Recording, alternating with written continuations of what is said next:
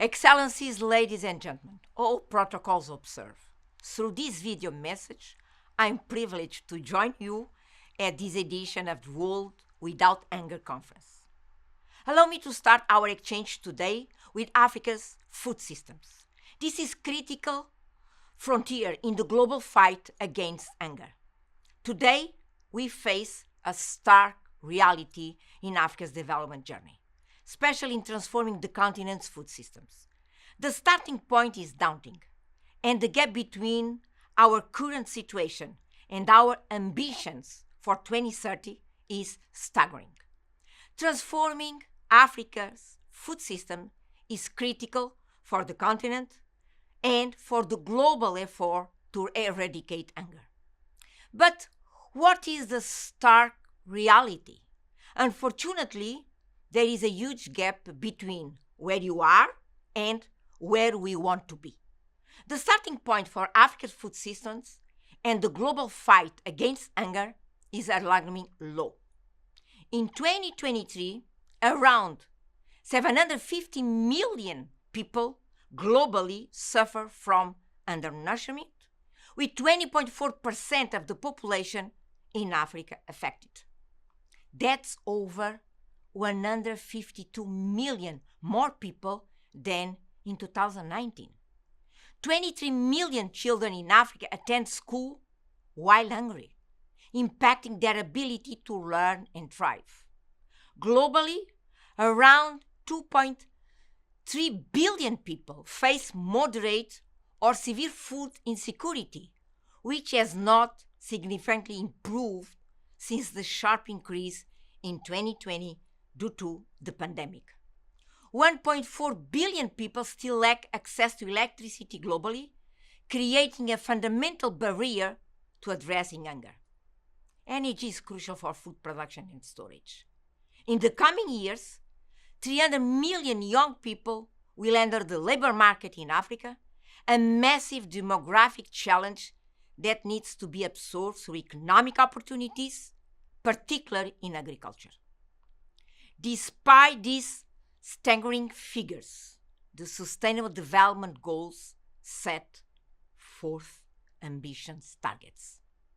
By 2030, we aim to end hunger and ensure everyone can access safe, nutritious, and sufficient food.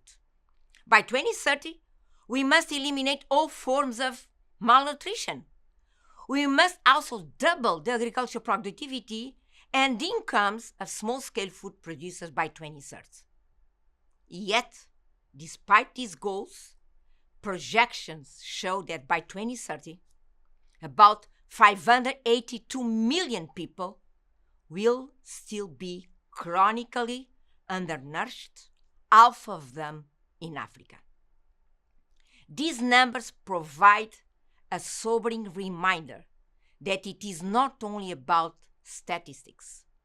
We must go beyond the data and serve the people who are suffering. So let us examine how to bridge the gap. In this context, there are Africa's way and their way. Africa must rise to meet this challenge by building high productivity, labor-intensive economies capable of absorbing its growing labor force. Without such measures, peace and stability will remain elusive. The agriculture sector is central to this transformation. Agriculture can drive Africa's economic growth, creating jobs and ensuring food security.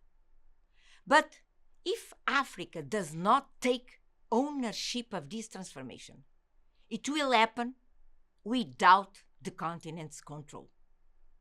There is also the fact that global population is expected to increase by 2.4 billion people by 2050. Therefore, food production must rise by over 70% to feed the world. Africa, with its vast resources, must be part of the solution. Africa has 50% of the world's uncultivated Arab land.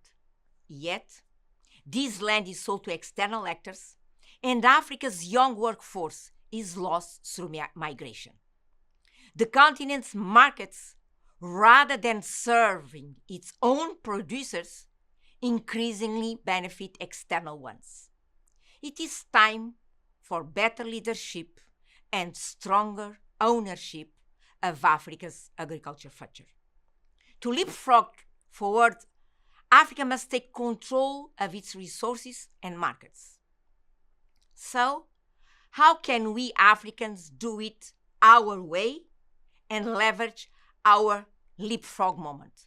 First, shift the mindset from poverty to prosperity, from managing poverty to manage prosperity. Africa must, as I said, move beyond poverty management to wealth creation. Agriculture is not only about food security, but also about driving economic growth and fostering inclusivity. Second, agriculture has a role beyond SDGs 1 and 2. Africa's agricultural revolution is critical for food security and the achievement of nearly all the SDGs. Its role is pivotal in the continent's overall development strategy. Third, we must advocate for new policy paradigms. Agriculture must be seen as the gateway to industrialization. Africa's 30 billion food market is an opportunity waiting to be harnessed for the continent's benefits. Fourth, land access, especially for women, is critical. One of the major barriers in African agriculture is land access, particularly for women. Without addressing this issue, financial inclusion and agricultural development cannot be fully realized. Fifth, open agriculture to ICT. The future of Africa's agriculture must embrace technological innovation, from geospatial developments to big data. Integrating ICT into agriculture will be key to optimizing the continent's potential. The global fight against hunger cannot succeed without Africa's active participation. Transforming the continent's food systems will feed its people. Beyond that, it will also position the continent a key player in the global economy. Now it's the time for Africa to take control and shape its future on its own terms. Thank you.